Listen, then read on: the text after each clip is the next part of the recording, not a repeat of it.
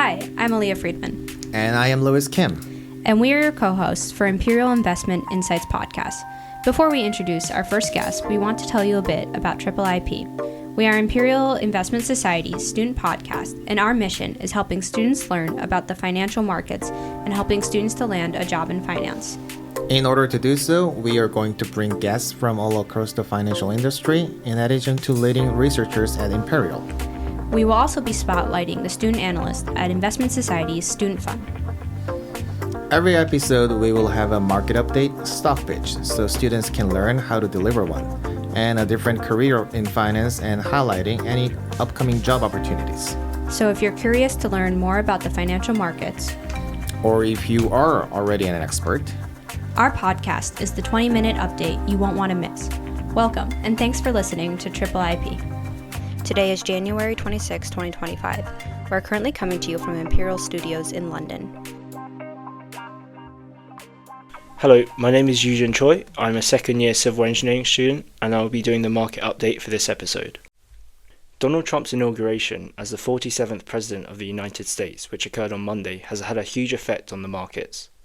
Trump's return to the White House for a second non-consecutive term has reignited market speculation, now fueled by concrete actions taken in his first week back in office.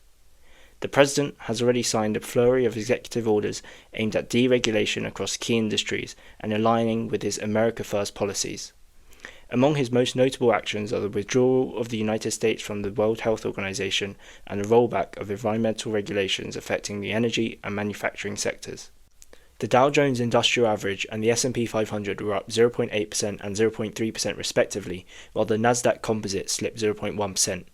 Shares of GE Aerospace were up nearly 7% after the company's fourth quarter results blew past analysts' expectations. In the UK, the FTSE 100 was 0.2% higher after a record high on Wednesday, surpassing its previous peak from last May. This rally was supported by the continued weakness of the pound, which has remained below $1.24 for much of the week, making UK equities more attractive to foreign investors. Looking ahead, investors should stay alert as the global economic landscape continues to change. Key factors to watch out for include the rollout of the Trump administration's new economic policies and further reductions on interest rates.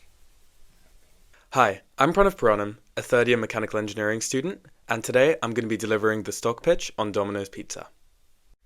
So today I'm going to be recommending Domino's Pizza as a strong buy.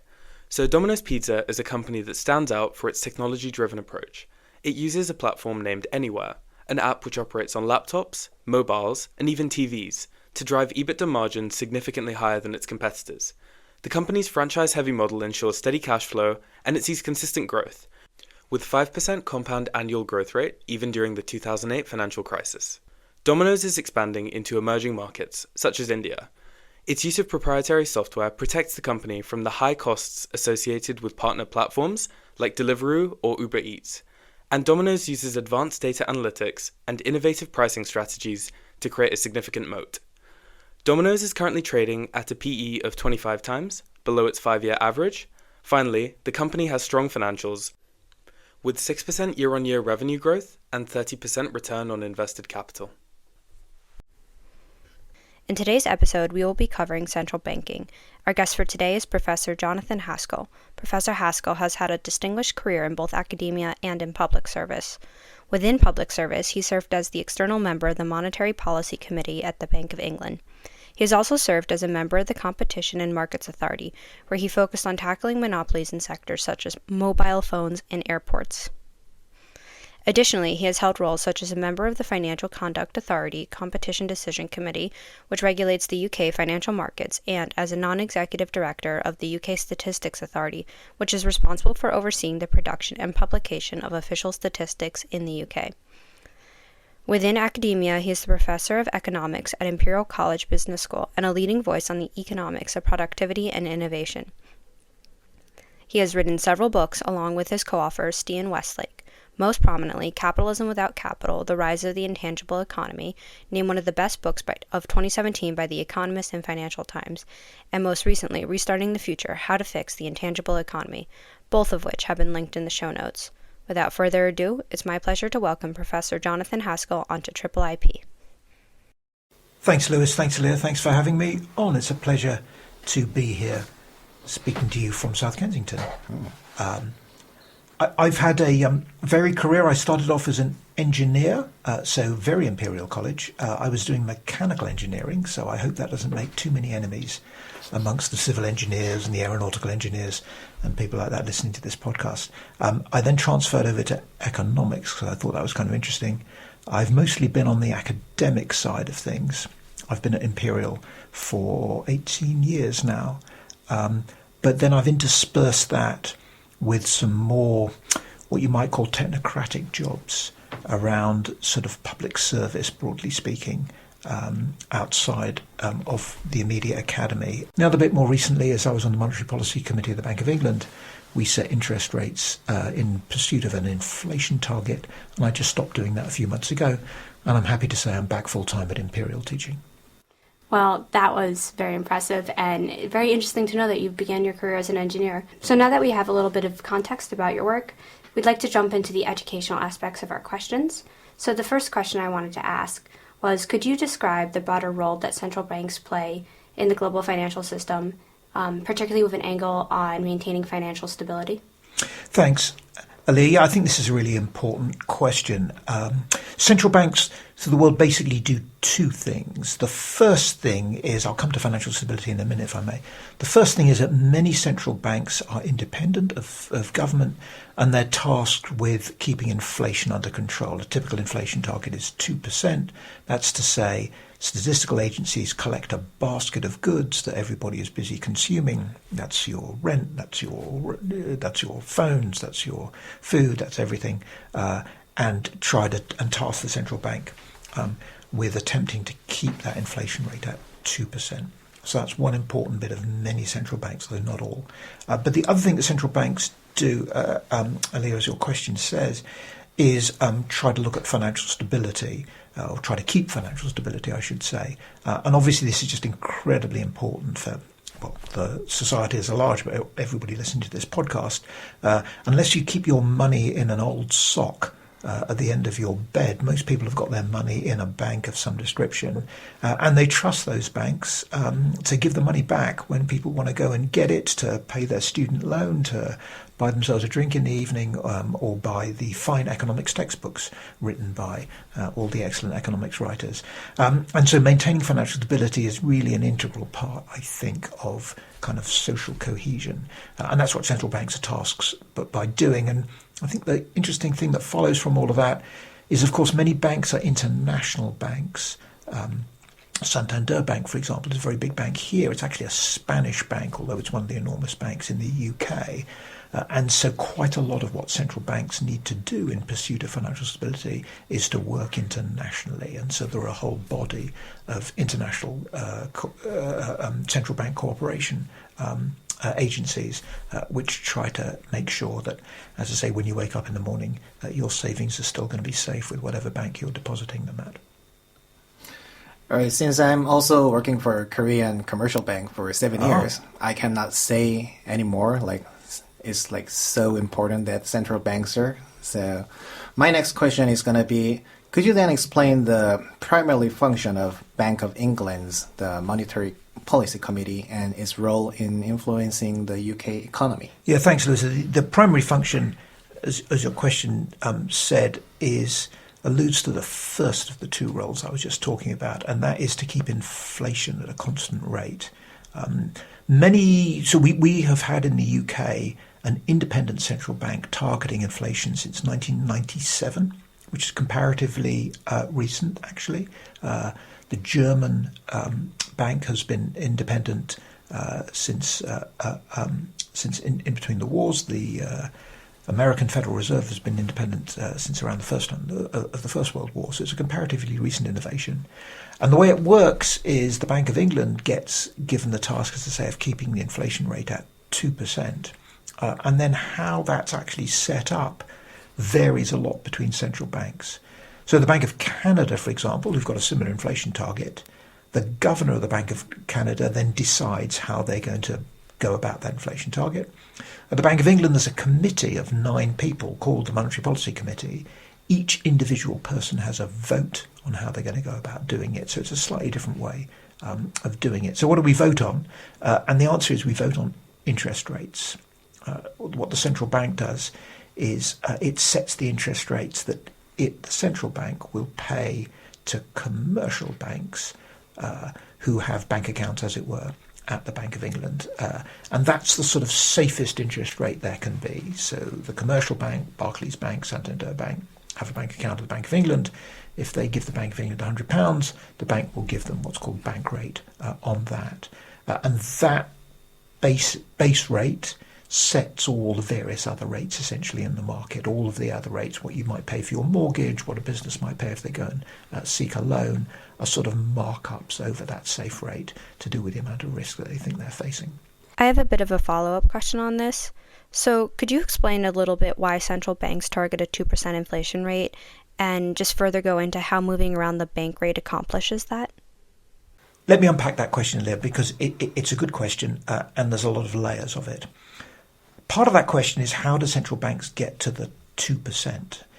And the answer is a little bit arbitrary, really. It was the New Zealanders who in the 1990s invented inflation targeting, and nobody quite knew what number to choose.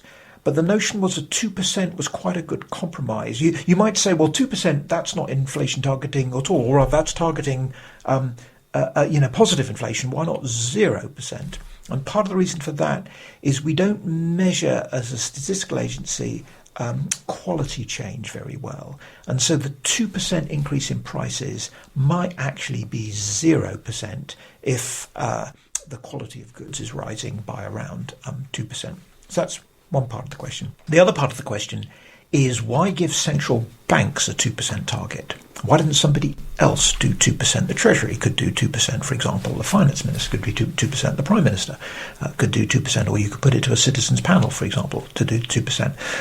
And the answer to that, a question of credibility, which is, we really do want, I think, an economy where everybody's expectations about what's going to happen in the future are not gyrating up or down, depending upon the news, the fashion, the political sentiment of the day. Because if people's expectations are constant at 2%, people can plan, people can bargain their wages, people can make their savings plans. And the idea of giving it, therefore, to central banks is that central banks have the credibility to be independent of those various pressures and to say to everybody, there are going to be shocks to the system, but we're going to stick to the 2%. And then in terms, Leah, of your question about bank rate, so bank rate controls the interest rate. The interest rate, in turn, controls a lot of spending decisions that people make. Firms think about whether to buy new bits of capital equipment. You're an airline. You've got to think about whether to buy a new aircraft or not. You're a delivery company. You've got to think about whether to buy new vehicles or not. The interest rate is going to be an important determinant of that, because that determines how much you're going to pay to borrow the money which you're hoping to then pay off if the airline is successful, if the delivery company is successful. So the idea is that the central bank, independent of all these various forces, selects an interest rate which essentially regulates the amount of demand in the economy.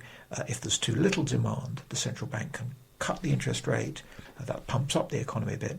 If there's too much demand in the economy, the central bank can raise the interest rate and have the opposite effect. And all of that is designed to keep inflation at 2%. Thank you so much for that explanation. You touched a little bit about how what makes the Bank of England different from the other regulatory bodies, but I just really want to drill down for our listeners. What sets the Bank of England different from the Treasury or other regulatory markets? And then additionally, as a follow-up, one of the terms you come across a lot when you're researching this is monetary policy versus fiscal policy. And I really want to make sure that we touch on what the difference is. It's a very good question, Leah, and there are lots of different institutions, so this can get very confusing. In the UK, the Bank of England is responsible for both monetary policy and financial stability. But around banks and financial institutions generally, there is also a whole area of what you might call consumer policy. So if I'm a consumer and I go to a bank and they offer me a very confusing contract around my mortgage or a very confusing contract around my overdraft, for example, especially if I'm a business, this can be really important. It turns out there's a slightly different authority called the Financial Conduct Authority who's responsible for regulating, as I say, what I would call consumer affairs. So that's just in the narrow area of monetary policy. And that Financial Conduct Authority joins a whole load of other regulatory authorities who regulate other things that we care about in society. So, for example, in the UK, the Civil Aviation Administration regulates airline safety, right, which we care enormously about. We don't want to go around flying on planes which are unsafe. So, lots of different agencies like that. The second part of your question is this distinction, which economists talk about all the time, but it's not obvious, between fiscal and monetary policy. Monetary policy is what the Bank of England does, and you can think of that essentially as setting the interest rate. It's slightly more complicated. The Bank of England also does something called quantitative easing and quantitative tightening, which we can talk about. But all of that is around some notion about how expensive money is, and that's monetary policy. Fiscal policy is essentially around taxes and the regulation around all of that. So, for example, should we have VAT, which is a sales tax, if people aren't familiar with that, on children's shoes? Right? That would be a choice of fiscal policy. And some societies have VAT on everything. Other societies have VAT or a sales tax only on what are viewed as being non-essential. Children's shoes being an example here, which are exempt. So that would be a decision for the fiscal authorities. Another choice would be, for example, how much should we tax people at the top of the income distribution? How much should we tax the rich? How much should we tax the poor? All of those are decisions taken under the heading of fiscal policy. Likewise, the spending decisions, which are the other side of tax, how much should we as a society spend on the health service, on universities, building new roads? All of those spending decisions are also come under the heading of fiscal policy. So that's the distinction between fiscal and monetary policy. What tools does the Monetary Policy Committee use to influence the economy, such as quantitative easing? And when do they choose to exit from quantitative easing and collect all the monies in the market? Thanks. Lewis, as we discussed earlier on, the primary tool for the Monetary Policy Committee is interest rate changes. Central banks around the world ran into a very big problem in the mid-2000s, which is interest rates got very, very low. And in practice, for a set of complicated reasons, it's quite difficult to charge negative interest rates. And so what is a central bank going to do if its primary instrument is to change interest rates around, but we haven't got any space anymore to change its interest rates? And the answer is quantitative easing. What is quantitative easing? That's when the central bank goes around buying assets in the free market. Now, those assets can be lots of different things. You could imagine a central bank could go and buy old oil paintings, for example, or stocks and shares or something. And different central banks do different things. In the UK, what the central bank here did is they bought what are called long-dated government bonds. So what on earth are those? Governments are going to be around for a while, and so governments typically issue IOUs, called government bonds, and many of them are dated for quite some time in the future, 30, 40, 50 odd years. Those government bonds are very attractive for pension funds, because if you think about it, pension funds are going to be paying out in 30, 40, 50 years. So they are the type of financial institutions who actually love borrowing all that stuff. When the central bank runs out of interest rate room, instead what the central bank, it goes around and buys those long-dated government bonds. That's called quantitative easing.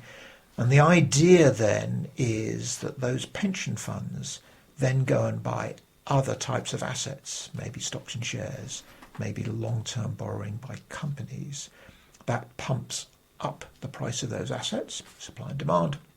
And that therefore adds a little bit of activity to the economy, because as those asset prices go up, people feel a little bit wealthier. So this is a sort of an indirect way that central banks have of trying to reflate the economy, trying to pump up the activity in the economy without directly using the interest rate. So, sorry, that's all a little bit complicated, but then it takes us, Lewis, to your question about what does central bank do to get out of all of this. And the answer is, as we have at the moment, interest rates are currently, they're not zero, essentially zero anymore. They're at much higher numbers, 4 or 5%. And so the central bank is therefore in the position that it can sell off some of these assets, and it's doing that. selling them back again. These pension funds are happy to hold those assets. And then different central banks are going to operate in different ways for how many of those assets that they sell and at what pace. The broad way to think about it is that generally central banks don't want to have gazillions and gazillions of these assets, but they don't want to have zero of the assets. They want to have a sort of middling number. That helps with financial stability. That helps with just keeping kind of orderly financial markets in various ways. So the Bank of England announces every year how many of these government bonds it's going to sell, sticks to that target, and what is under review is the extent to which the Bank of England is going to start and stop at some point in the future. So the idea is to have a gradual process of essentially disengaging from these long-term government bonds. Thank you. And, as a finance podcast, I'd be remiss if I didn't ask, through the process of quantitative easing or tightening or interest rates, could you give us a general understanding of how that might affect, for example, the pound or UK's international trade relations? What quantitative easing does, let's start with that, is, as I was explaining, since it raises the demand for these assets, it pushes up the price of these assets. Pushing up the price of these assets is generally good for people's wealth. If they feel richer, they're going to go out and spend. So that's the sort of essential idea behind all of that. Equally, interest rates, how do people think about that? Well, if you're holding some sort of asset and interest rates go down, then that asset becomes more valuable. So how does all that work out? With low interest rates, if the asset, let's say you're holding some stocks and shares, something like that, pays out a certain amount of money every year, when the interest rate goes down, that money goes further and further and further. You've got more and more years over which to use that money. So low interest rates, like lots of quantitative easing, essentially boost up asset prices. That's sort of the way to think about it from a finance side. In terms of expectations on exchange rates, that's a much more complicated issue, because the whole point about exchange rates is the choice of whether to hold your assets in pounds or in dollars or in Japanese yen or whatever it might be depends not only on what the Bank of England is doing, but depends on what everybody else is doing as well.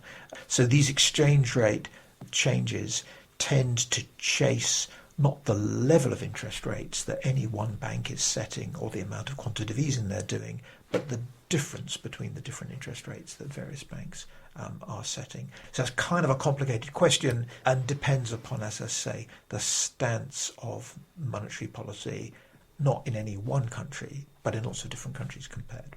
Okay, and next question is going to be very interesting question. Based on your experience, what are some common misconceptions or gaps in understanding you've noticed among those interested in finance? Like, you got to break some myth over there.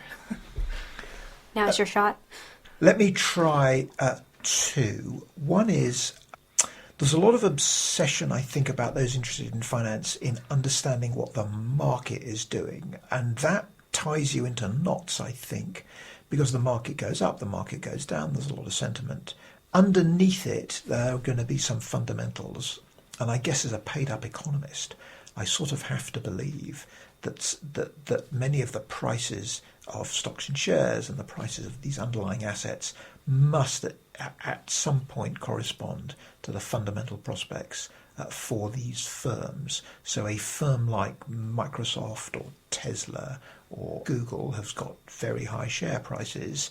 I get that people, there are herd instincts and people pile into these shares and pile out of those shares. I mean, I get all of that, and that pushes things up and pushes things down on a day-to-day or even minute-by-minute basis. But underneath it all, I think, is some sort of notion about how profitable these firms will be, depending upon what their sort of structure is. So that's one set of myths or misconceptions about people interested in finance. I'll try one more, if I may. Sure. If you think about firms like Microsoft, Google, Amazon, these are firms whose assets, and back to the fundamental issue, are a rather peculiar kind. A firm like Ford has got a lot of assets, and those assets are all the machines that it has for making Ford cars and all the gigantic buildings that it's got for holding the machines. Whereas a firm like Microsoft or a firm like LinkedIn or a firm like Google, they don't really have any machines. What they've got is they've got something which is much more intangible. They've got software, for example, or they've got business relationships up and down the supply chain. Think of Apple, designed in California, made in China. And so I think the other issue around finance is if you go to the company accounts and attempt to try to get the valuation of these firms, the fundamental valuation of these firms, by looking at their tangible assets, that will work for the Fords of this world, but that simply will not work because intangible assets are not very well measured. That simply will not work for the Microsofts and for the Googles. And people who are interested in finance, therefore, have got to find a way to look beyond the company accounts if they want to understand what's going on in these firms. Definitely one of the ways that we wanted to end out is understanding a little bit about your research, which you've already touched on. But another topic that you've covered, I'm not going to steal Lewis's thunder, is on productivity. Our next question will be your publication, Accounting for the Slowdown in UK Innovation and Productivity. So what we've got to understand is why it is that some economies in terms of their productivity grow and some economies in terms of their productivity flatline or possibly even shrink. The issue is that since around the financial crisis, 2007-2008, the productivity growth, which has been going on at a couple of percent in most at least developed countries for 50, 60 years, suddenly slowed down to around 1%. And in the UK, it slowed down to even less than that. And we need, therefore, to understand as a society why there's been that slowdown. There are two broad ways of trying to get at this. One is to say, well, we're investing less as a society. So workers, we were talking about Ford earlier on. If I'm a Ford worker, I used to have lots of shiny new capital to work with. If I invest less, I've got less shiny new capital to work with, and of course I'm very less productive. The other way of thinking about it is to say we're giving plenty of capital to people, we're just not managing it very well. And all the discussion at the moment around the health service is essentially, I think, the British National Health Service, I should say, essentially is under that heading. Namely, we've given the health service, at least in the UK since the pandemic, more doctors, more nurses, more machines, more hospitals and all of that. But we don't seem to get any extra output, so maybe it's something to do with management. And so trying to unravel those two different things is something that we've been trying to do. And one possibility is, from the research that we've done, is it does look like there is something going wrong with not the investment so much, but more the efficiency with which that investment is used, the health service being an obvious example, other public sector examples about all of that. And that takes you to the question about what about the future? Maybe artificial intelligence might help us manage things better. Maybe that might help us discover things much better at Imperial College and other colleges if those scientists become more fruitful and more able to discover new ways of doing things. That might boost productivity. So it's a question of trying to forecast all these different elements, and that's what it is we're trying to do. Thank you so much for that. And then my second to last question I wanted to ask as a student-focused podcast is, over the course of your career, you've had a lot of different success and a lot of interesting positions.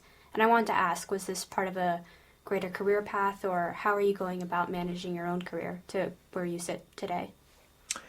That's very kind of you to say, Aliyah, and I wish I could tell you I had a sharp strategy. I think I'm with Henry Mintzberger on all of this, which is to say lots of these things are somewhat fortuitous. I suppose as a general rule of thumb, if you think about statistical agencies, they can give you a bit of careers advice. Now, that might sound a bit odd, because most people don't normally think about statistical agencies when I think about careers advice, but here's the way I think about it. Statistical agencies face a lot of difficulties in collecting all the data they need to collect. It's hard to ask people what they're doing. It's hard to measure productivity in the services sector. It's hard to understand whether the health service is producing more or less output. Other areas of the economy are a little bit easier. If we asked, beer companies how much beer they're brewing, they can tell us pretty much the nearest pint what they're doing. If you ask tourism companies how many tourists they've got coming through the door, they can tell you that because people swipe their their credit cards and all this and the other. So what do statistical agencies do? They've got a choice between spending time on the easy stuff or spending time on the difficult stuff. And the good statistical agencies start running towards the difficult stuff, the hard to measure stuff, and the hard to get your head around. So if I had to offer any careers advice, be like a good statistical agency. Everything actually is all quite difficult, but in particular if you head towards the difficult stuff, then you can leave other people who go towards the easy stuff and just make maybe a little bit of a name for yourself. All right, I think that was a great advice for the listeners. And one last thing, is there any last thing you would particularly like to share with our listeners? Thank you very much for having me along, and I'm happy to be on podcasts. When I first started doing economics, there weren't any blogs, there weren't any podcasts. The internet, I have to say, was in its infancy, and one had to rely for information, therefore, on going to the library and getting dusty old volumes, which the library may or may not have. So there is a panoply of information to negotiate out there, and I know it's hard to do, but it's enormously improved all the conversation around economics and all the conversation around finance. So I'm very happy that you're contributing to that, and I'm happy to be a part of it. Thank you so much. Thank you very much. A career in venture capital, VC for short, involves identifying and investing in early-stage companies with high growth potential, often in innovative sectors like technology or healthcare. It requires strong skills in financial analysis, market research, and networking, as well as the ability to assess startup business models and support their growth. For example, Andreessen Horowitz was an early-stage investor in Airbnb, helping transform it from a small startup into a global platform that revolutionized the travel and hospitality industry. Top global VC firms include Sequoia Capital, Andreessen Horowitz, and Excel. The Barclays Discovery Program 2025 is an in-person event taking place on April 9 to 10th, offering first-year students or second-year students of a 4-year degree an immersive introduction to Barclays and the financial services industry. Participants will engage in seminars, workshops, and breakout sessions tailored to their chosen business area, gaining insights into Summer Internship 2026 and the recruitment process.